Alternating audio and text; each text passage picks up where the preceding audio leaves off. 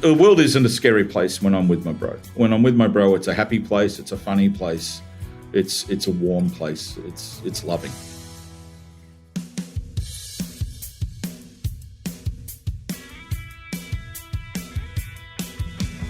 Hi and welcome to Separate Bathrooms. We would like to acknowledge the Gadigal people of the Eora Nation, the traditional custodians of this land, and pay our respects to the elders, both past and present. Hello, my name's Cam Daddo. It's a different chat today. You just got me. Al's not feeling well. She's got a hall pass. She's in bed. So anyway, we'll dive into this. It's already a different version of Separate Bathrooms today. So let's lean into more of a men's locker room type version, right? Got a couple of fellas who I'd pick on my team on any given Saturday. Shane Jacobson and his brother Clayton are outside. They're ready to clean up. Brothers. I've got three.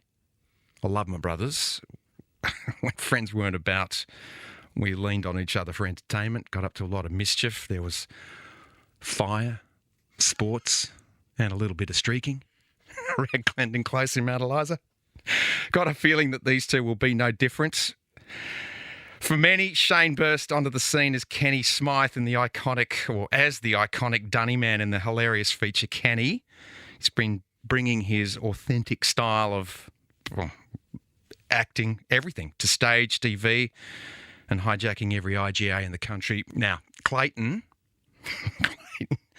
was the bro behind the camera, writing, producing, editing, and directing Kenny, and a whole bunch more. There's a whole lot more to their story. What a perfect place to hear it. In the bathroom, welcome Shane and Clayton Jacobson. Hey, mate, All right. how you going? Mate, very well. No strangers to the Dunny, you two. No, and this is the most crowded you've ever had it in this bathroom, isn't it? We take up quite a bit of real estate. We've never had three blokes in here. I hope it smells a little better than the ones we were introduced to you two in Kenny. Most would. Who came up with the line, "This has a smell that will stop religion"? That will outlast religion. Outlast that one, religion. That one was mine. Me and Clay share the lines. That one was mine based on, I think I can confess this. I had a guy that worked for me who used to drive me mad. And I won't name him because I don't want him to know he created something that went well for me. But he drove me mad when I was employing staff. And, a friend of mine watched me stare at him with that 1,000-yard stare as he turned up late again to a job that I needed him at early. And when he walked off, I just kept staring at the back of his head. And a mate walked over and observed me staring at the back of this employee's head. And it's my mate Macca, and he said, "You really don't like that guy, do you?" And I said, at the time, I said, "I have a dislike for that man that's going to outlast religion." And my mate laughed for many, many, many minutes. And so after that, Clay said, "We need something here for something that smells." And I said, "I've got something," because me and Clay would race to get a line out of what would work. And I said, "Hang on, I've got something." And he went, "All right, that goes in. That's it. That's in." One of the best moments of that film. I just thought that was that is genius. So funny. Look, take us through the early years. Where did you grow up and what was that like? Well, we grew up in Avondale Heights, sort of Melbourne West, very working class area. The house that we lived in was chosen because it was the area that my father had caught the most rabbits with his brothers.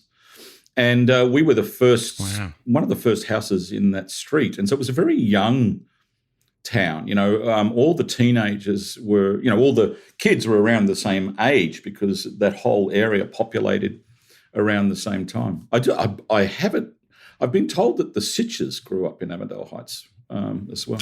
Yeah, I spoke to Rob Sitch about it just the other day because they had the Sitch bus lines, and bro, we were reflecting on the fact that the old couple that worked in the fish and chip shop, we couldn't believe that they did nothing to change the fish and chip shop for all of our youth. The only thing, one day they swapped the Chico roll poster, and we were just thrilled there was a new Chico roll poster.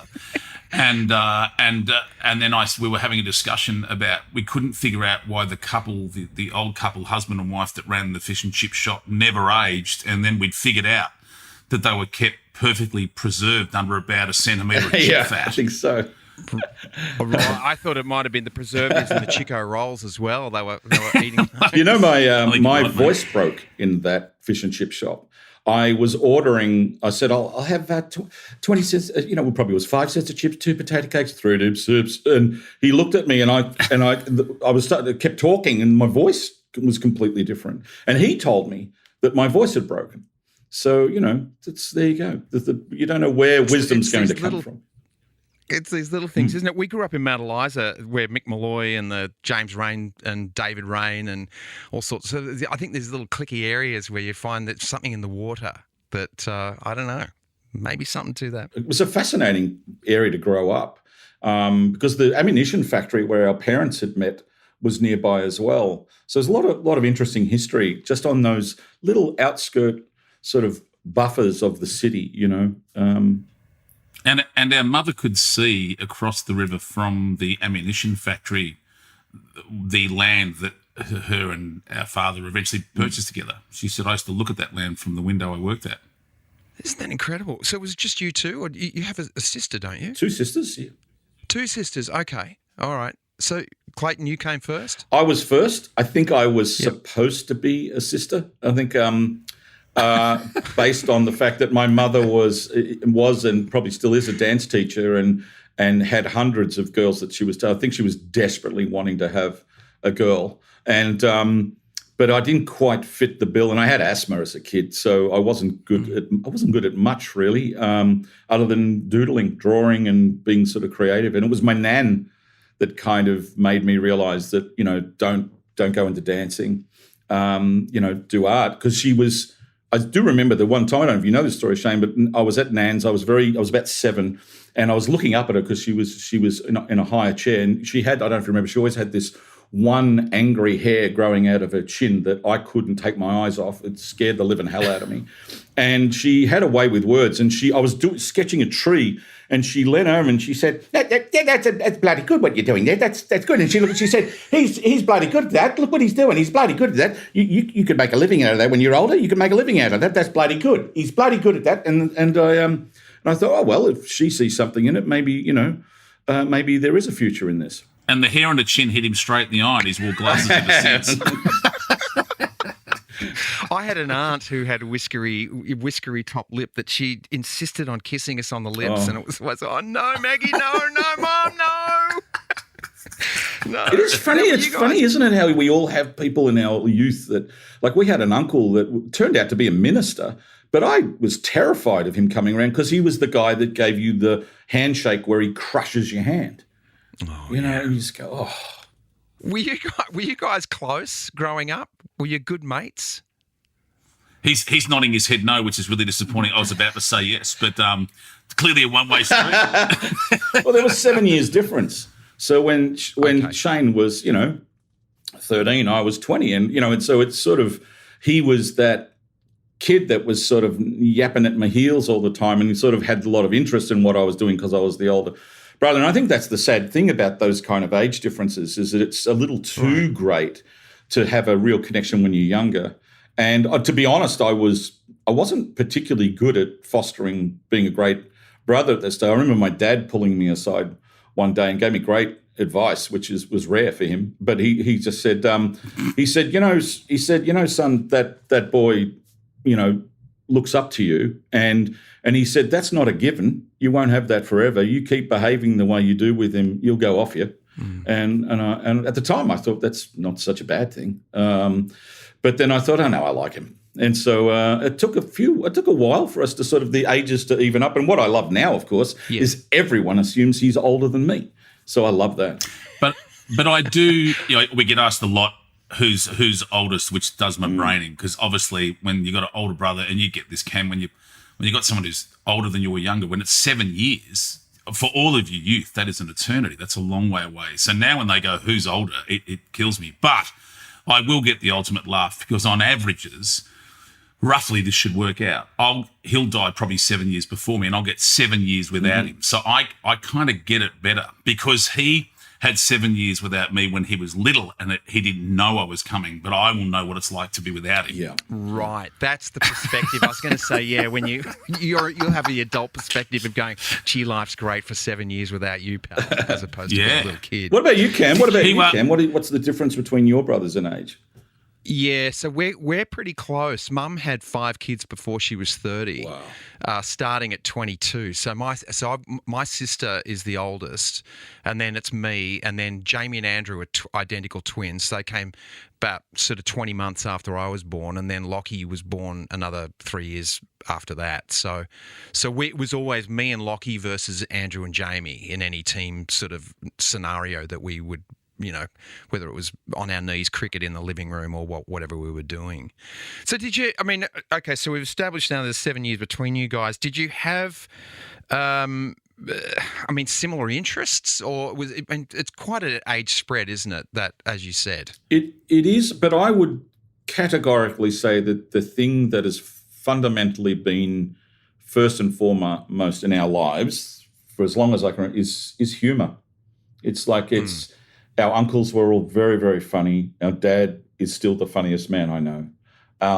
And it was, Shane, at age 4, I was being sort of carted around my auntie's place in a purple tuxedo that my mum owned and miming to Danny Kaye albums. And so we were kind of performing from a young age. And then Shane kind of took that, like I sort of gravitated more to behind the scenes because so much of my childhood was spent in the wings of all of Mum's theatre shows. So one of my favourite places to be in the whole world is in the wings of a theatre looking at the ropes, because that's what I actually stared at in a cot for many years. I was pushed to the edges of the wings, and what I saw were these ropes going up into the heavens. So I still get a very warm feeling about that. But Shane, he can talk to this. He kind of gravitated more to what was happening on stage. Why do you think that was, Shane? Well, as Clay said, like our dad never saw himself as an actor or a comedian when he was younger, but all we ever saw him do was do comedy, stand on stage at cricket nights, entertain crowds of people. They may not have been on the other side of a curtain or paid to get in, but we watched Dad entertain people all of our lives. And usually and at funerals. He was asked many, many times to give talks because he was funny and people liked him. He's great at funerals. Well, he's funny everywhere, isn't he? But he's one of the few people that can still be funny at a funeral and somehow makes it fit. And so, and Dad was a drummer and Clay was a drummer. So and Mum taught dances. So in many ways, I don't know if I was planted in another family. If you rewound the clock and put me in another family, whether I'd still go to entertainment, but I was surrounded by it and I loved it. And that's all I wanted to do. But I was desperate to get on the stage, and I did one thing where I dressed as a cowboy for Mum's dancing concert and went out and, this sounds ridiculous as a routine, but I went out, pointed 2 guns at my head, shot myself, fell back. This was the whole routine. Fell straight on my back as you can when you're a little kid. It doesn't hurt. And I did this thing where I made my legs go up off the ground and then they dropped to the floor, where it looked like I was dead. And then 3 seconds later, I brought my feet back up and they fell to the floor again, and it got a laugh. Right. And I went, I don't know what that is, but I want more of that. And that was when I was about 8. Oh, okay. So, I think I'd like, and then, Clay, I wanted to do more of the acting at the start and did lots of amateur theatre, and Clay knew he wanted to direct from day one. I have no memories of Clay not wanting to direct, and I just wanted to act. And, and then the great thing was, as I got to watch him do all that, and Dad didn't say that I look up to him. Dad said that kid worships you, and it was true because he was 7 years older than me and everything. He was driving cars before me and dating before me, and he could go out later than me. And then he was directing stuff, and then he'd get me to acting stuff, and I would overact terribly, and he would cut the camera and say, "What the hell are you doing?" So he kind of helped. I think I had the theatre thing sorted on stage, but it was, thank goodness I had Clay as a director to calm that down for a lens, because you and me know, Cam, we've done both. It's a very different thing, acting for a lens. And so he had to calm my screen acting. Yeah. But I still remember him. I did a thing called Tarzan's South Yarra Adventure for his mate Ray, and Clay was filming it for him. And I just had to. I didn't have to speak. I just had to say, I had to say Tarzan, and move my head. And I was trying to act at the back seat of the Palais Theatre. And I'll never forget Clay cutting the camera. I was proud as punch. My brother's going to get me to acting. So he said, "What the hell are you doing?"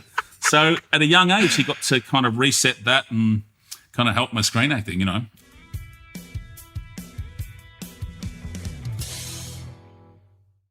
Clay, were you more like the icebreaker for Shano in terms of getting into trouble or sort of leading, those sort of stories as we do when we're kids? Possibly.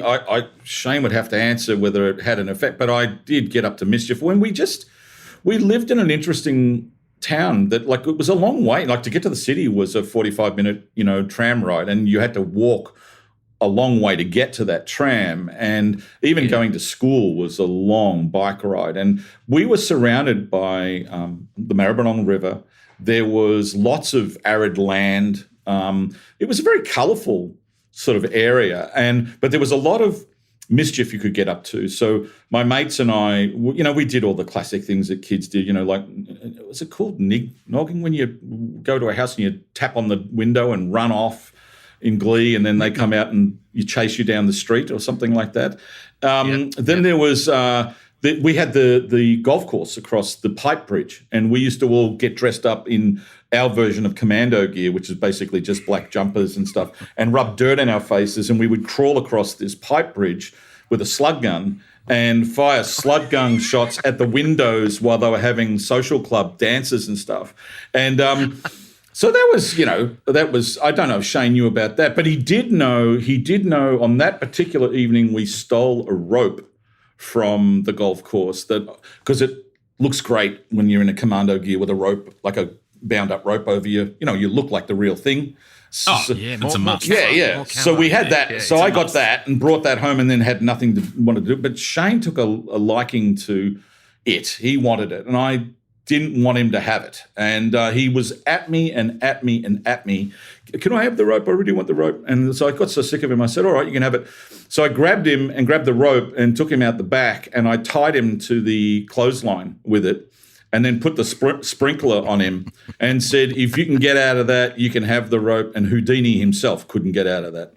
And he did, the bastard, and he got the rope. No, but the only way I get out of it was he left. You left to go back to Wayne Dixon's house, and I was there screaming, and our mother came out and found me tied to the clothesline with a sprinkler at my feet. Were your clothes still on?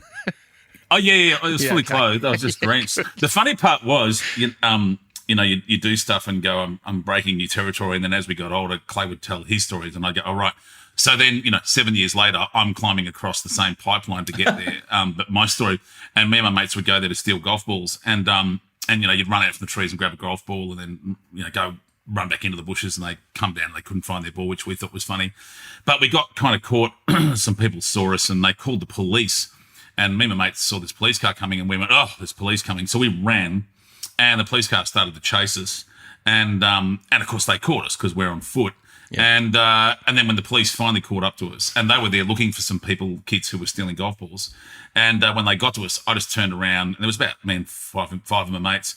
I turned around and went, oh, thank God it's you. Oh, thank God it's you. And they went, what? And I went, oh, there was this. I remember I was a fan of E.H. Holden's. I said, there was a blue E.H. Holden. It's been chasing us. They said they're going to kill us. And they went, oh, what? I said, a blue E.H. Holden. They said they were going to kill us. That's why we're running from you. And they said, which way did they go? We said, round the corner. So the police took off. So they came to grab some kids who were just stealing golf balls, and then thought they were in hot pursuit of people trying to kill children. There was no blue EH, and my mates went, that was genius. And I said, now we need to run, because they'll figure out there's no EH in about 5 minutes, and back across the pipeline to Avondale Heights. When we worked together doing Beaconsfield, I don't know, it was probably a decade ago, you were talking about fireworks and working with pyro. So were you both involved in that line of work? No, Clay was already doing film clips for just about every band you can think of in Australia. He was already busy. Yeah. And so I was, Clay was, that'd be right, because by the time I started when I was 16 doing the Royal Melbourne Show and I hadn't moved into fireworks because I nearly set fire to a mate's house with fireworks. I literally set the whole side of his house on fire with fireworks. We had 10 shooters, and we were chasing each other around the street, firing at one another. And he was chasing me, and I thought, I'll run into his house. He won't follow me. I'll hide in amongst the bushes.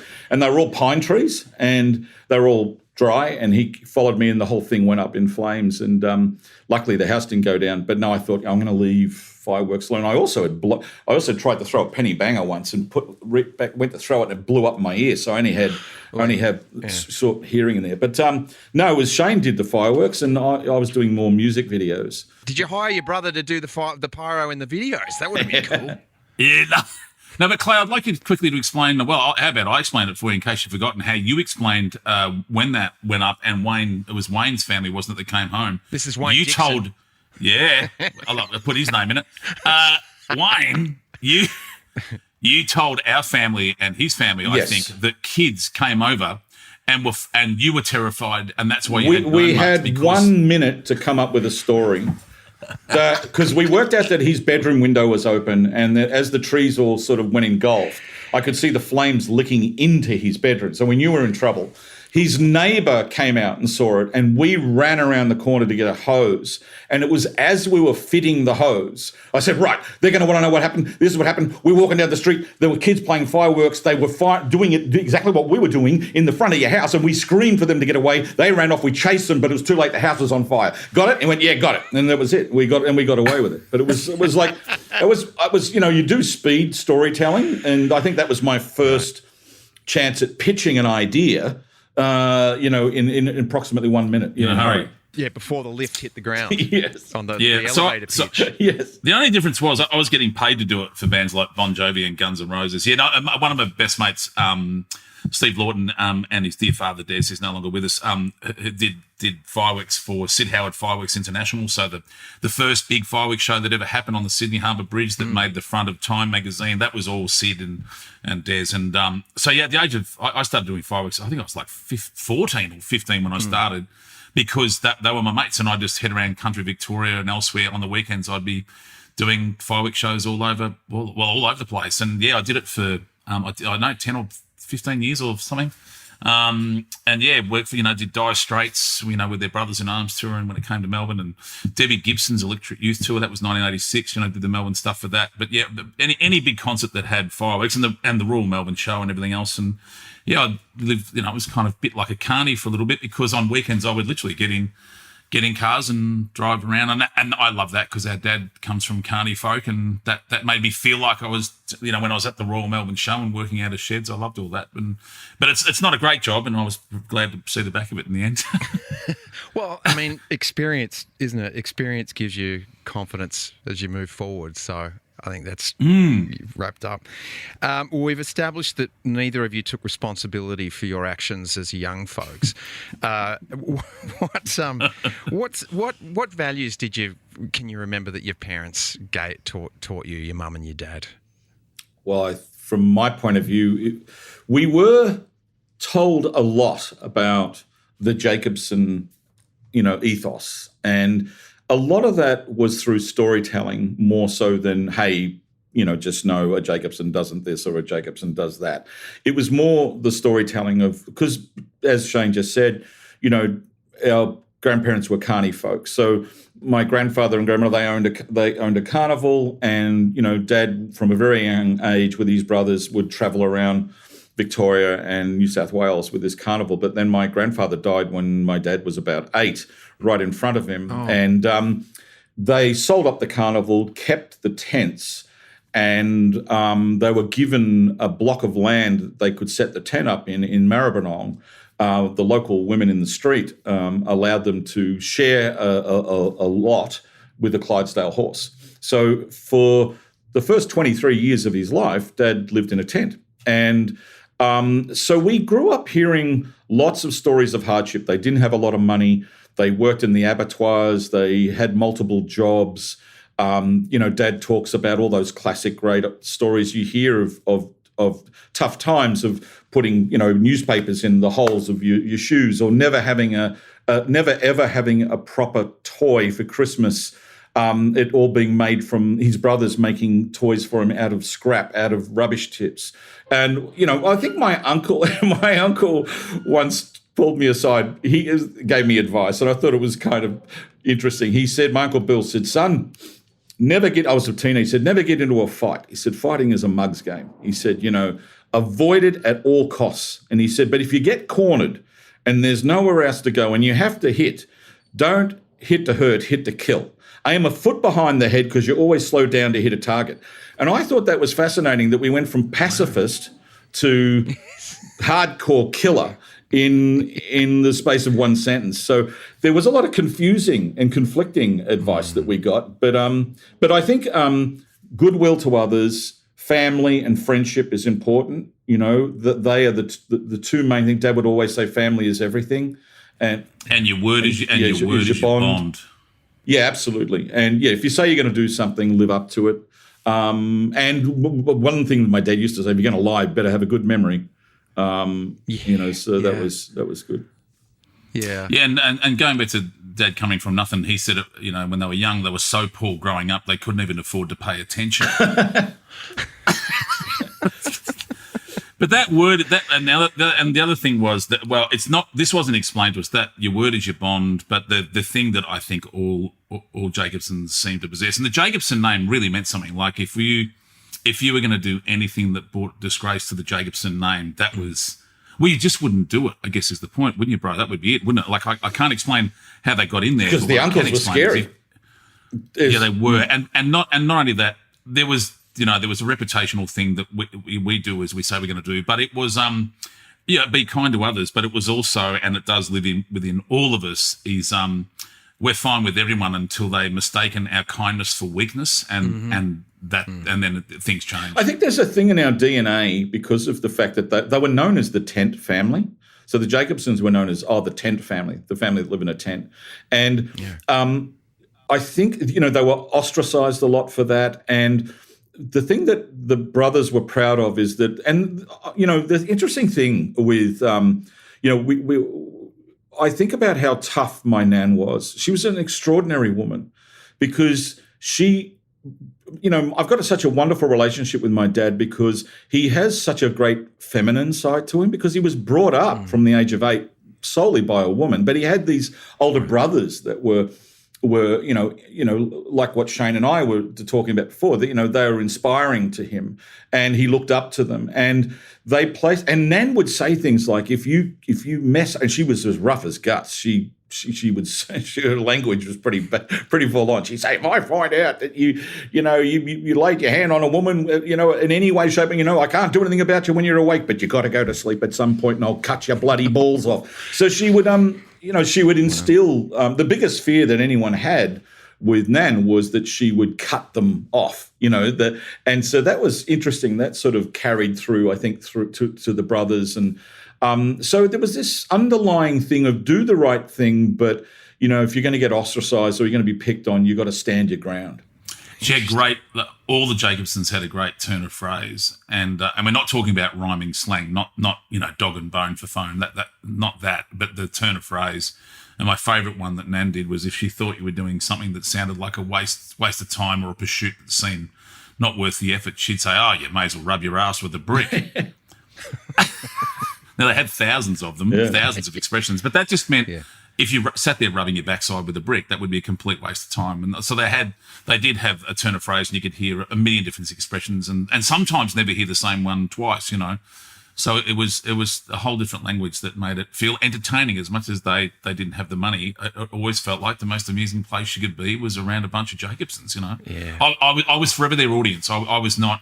It's funny, if people say to me, you must have been the life of the party in the family. I'm like, no.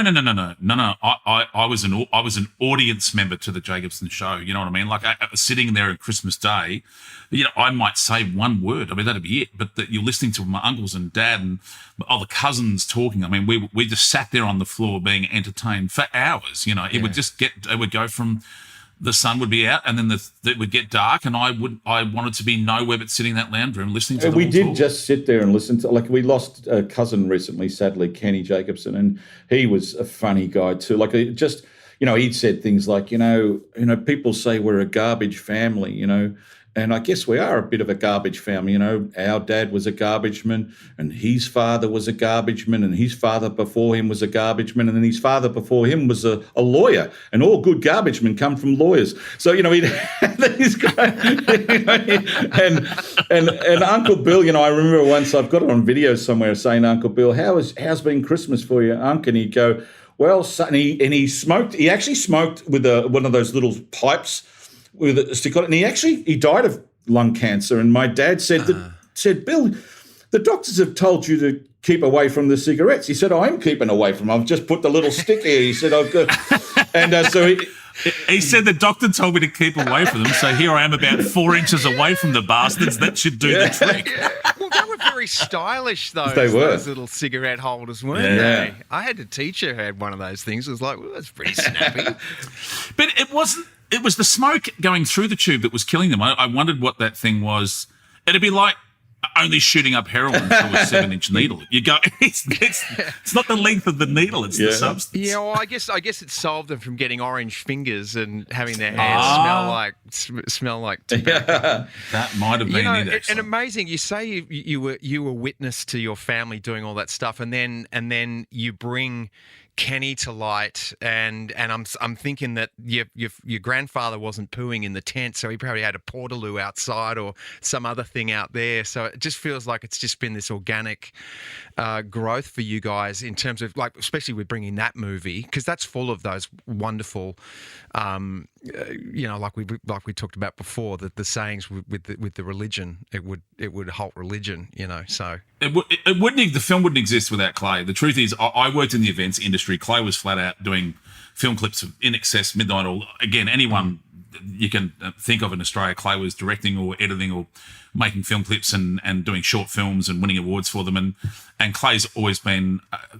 Clay's always observed the world and looks at stories. Like I get excited by a story and laugh, and then I want to tell a joke afterwards. Whereas Clay has always. That's why when people say, "Shane, will you ever go on to be a director?" I go, "No," because I know my brother's a director. I get to see how directors think, and I don't think like a director. I find stories funny, and then I'll think of another funny story. Whereas Clay will look at situations, and Clay does observe the world more.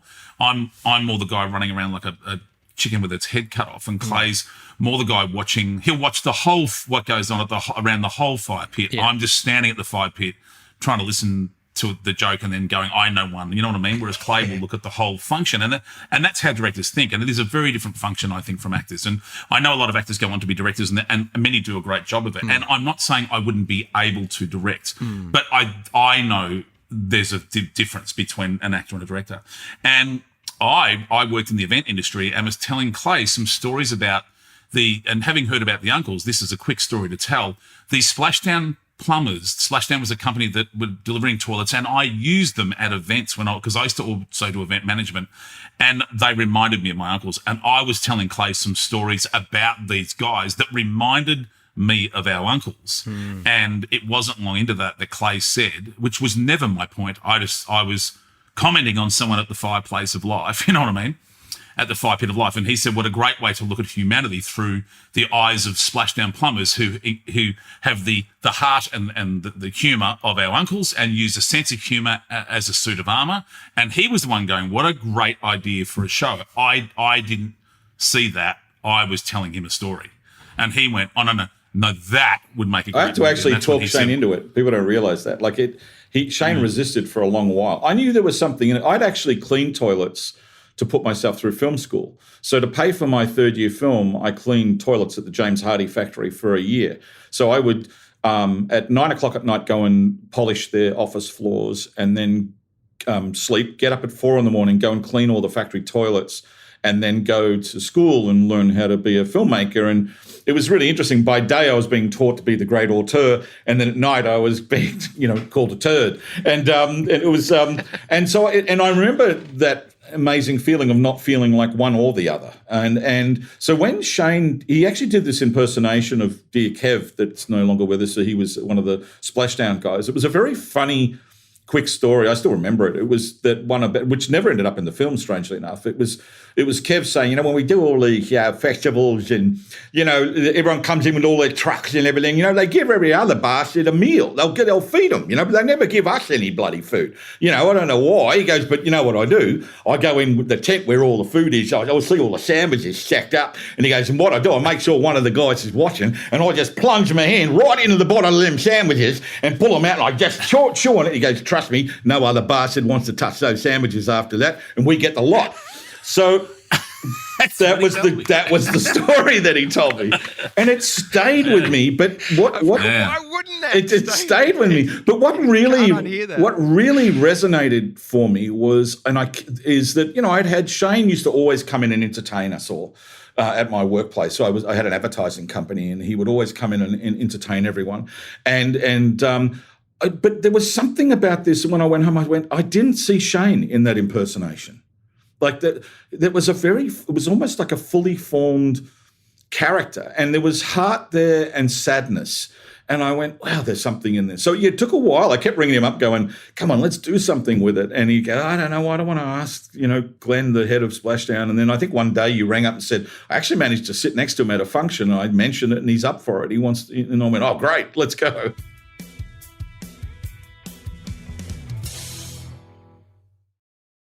Is it true that Shane stayed on as a working plumber after the shoot went? Is that a rumor that I heard?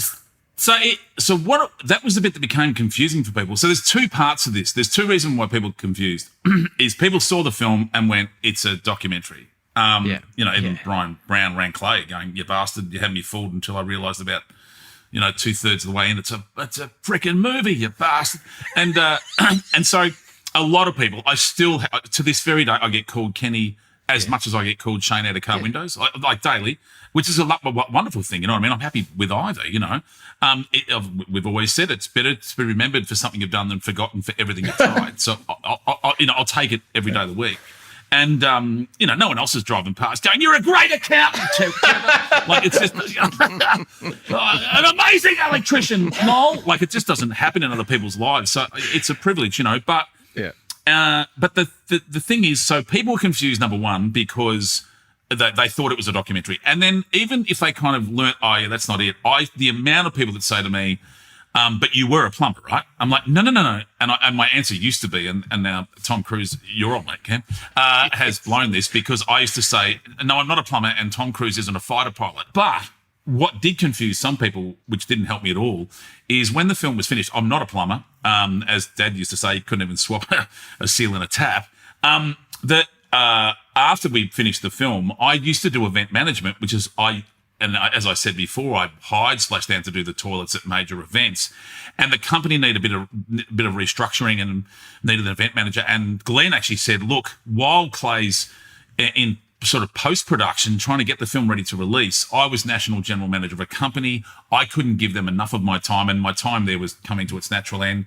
And as a lighting guy and national general manager, he said, how about you work for me? You know all my clients, you know how to do site management and event management, and you help restructure the company. So for about a year before the film was released, and probably about 4 weeks after it was released, and then after that my life changed, but he said, how about you work here? Because if Clay said we need to do some ADR or go and shoot some pickups or go and promote the film, Glenn could continue to pay me to live.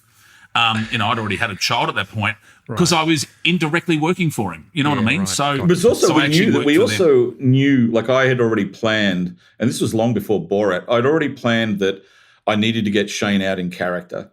Doing interviews, because I just intrinsically knew it's a film with no stars.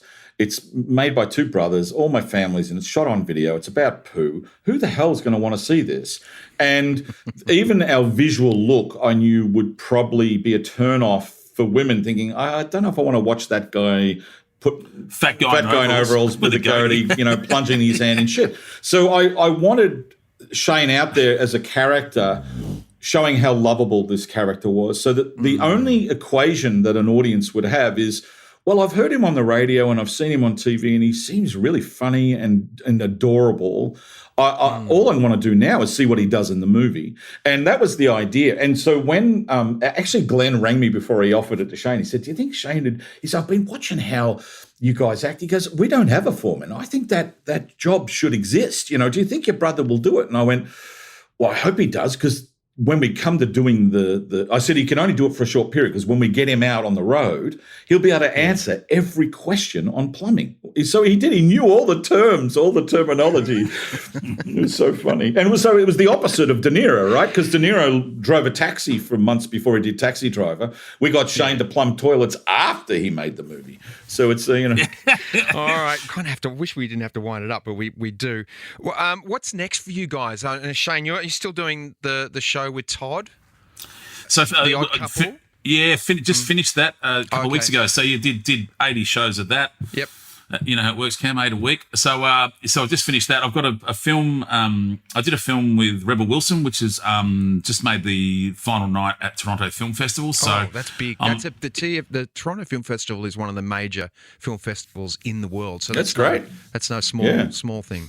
Yeah, well, I'm heading over. So believe it or not, great. I'm sure she won't mind me saying, but there wasn't a budget for it. So Rebel Wilson's personally paying to fly me over and booking my flights and accommodation. She said, "I want you here. I want you to." So myself and Tara Maurice, who people would know as the star from Strictly Ballroom, so she plays my love interest in the film. So her and I are going over there to catch up with Rebel and go to the closing night of Toronto. So that's coming up, and I've to be honest, me and Clay are working on some stuff we can't talk about now, like a TV series. We can say it's for the ABC, and you know, me and Clay and Clay's working on another thing for us at the moment, which we can't talk about. There's lots of things we can't talk about. Can we?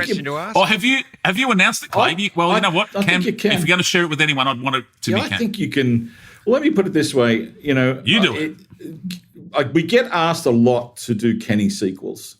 And the truth is, I've never felt comfortable doing them, only because Kenny was a riff on decency, and I really felt like I investigated that top to bottom, left to right, up and down, everything that I feel about decency, and you know, the sort of the kinder side of Jacobson is in that film, and there was no way of repeating it without it being a bit sort of novel. And to give you an idea, Cam, I've not pulled on the overalls. We did it once for the AFI 10th anniversary. I've not pulled on the overalls in 18 years, right? Yeah. I did once in 18 years. So back to you, Clay. But yeah, but the idea of Kenny singing on stage and bringing some of Shane's on-stage talents to the world of Kenny. So what I can say is that we are working at this moment on the musical to Kenny, and that I love that. Yeah, that is. I'm having a lot of fun. There's titles like 80% Water. That's a good song.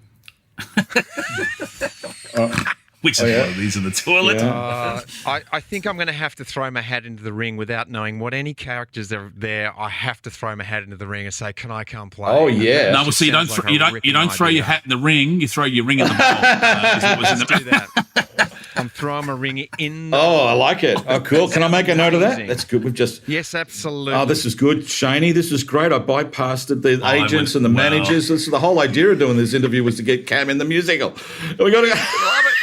Well, I tell you what, my whole thing was to get you two in a shower together. We've done all this. We do a 2-minute shower, so let's clean up. So keep your answers as short and succinct as you possibly can. God.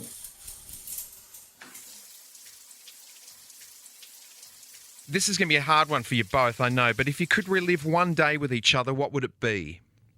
Oh, wow, what a question.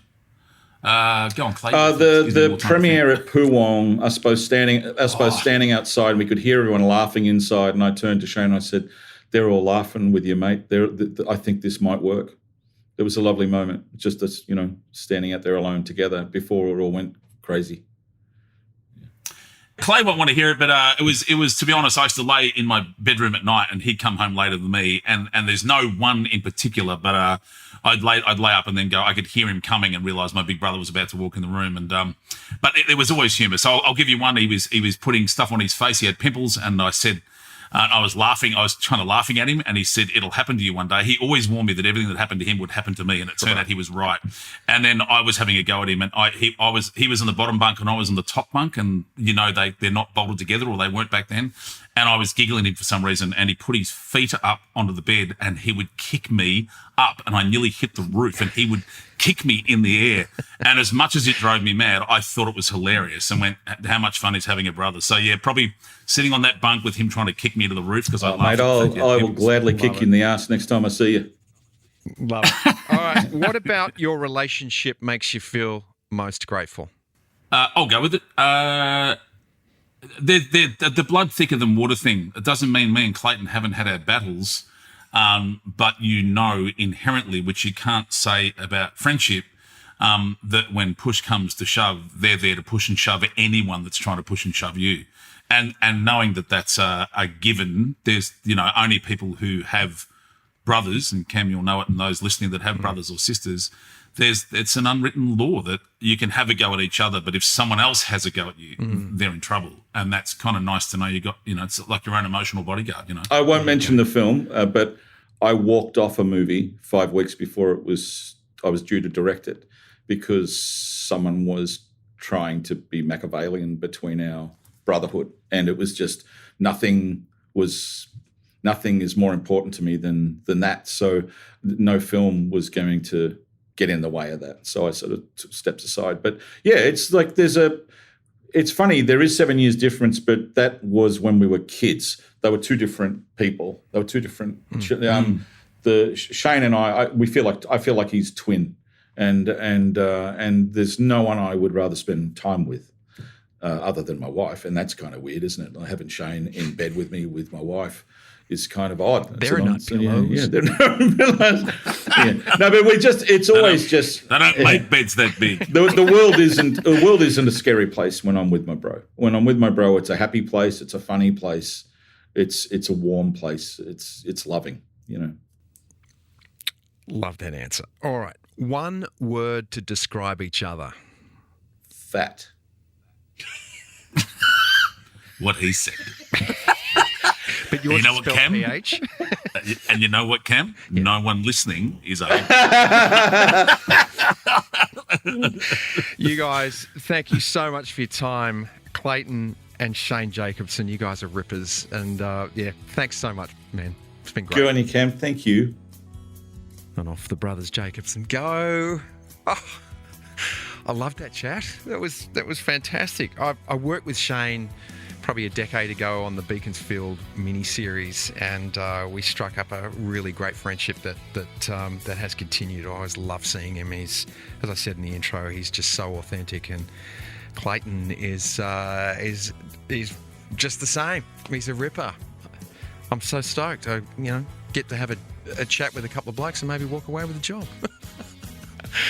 Unreal. All right, well, listen, Ali will be with me here next time. I'm going to race out and go get the ingredients for the chicken soup. So I will catch up with you next time on Separate Bathrooms. Thanks for being here. And Cam, I'm going to give you my favourite memory of you, which was when we were shooting Beaconsfield. You and me had a cabin right beside each other in Tassie. We did. And in the mornings, I would be woken, not in a bad way, but just in the distance, you'd be sitting on a porch playing guitar and practicing ever so slightly, and it was was soft music. And I used to lay and listen to you singing and playing guitar. You had that little plank guitar that you had in your bag. So that's one of my favourite. Every time I've ever been near you, put a smile on my face because you're one of the world's great humans. But listening to you serenade me without you knowing you were doing so is my favourite memory of you. There you go. Oh, it's very kind of you. Well, guys, let's make a shitty musical together. Yes. Yes.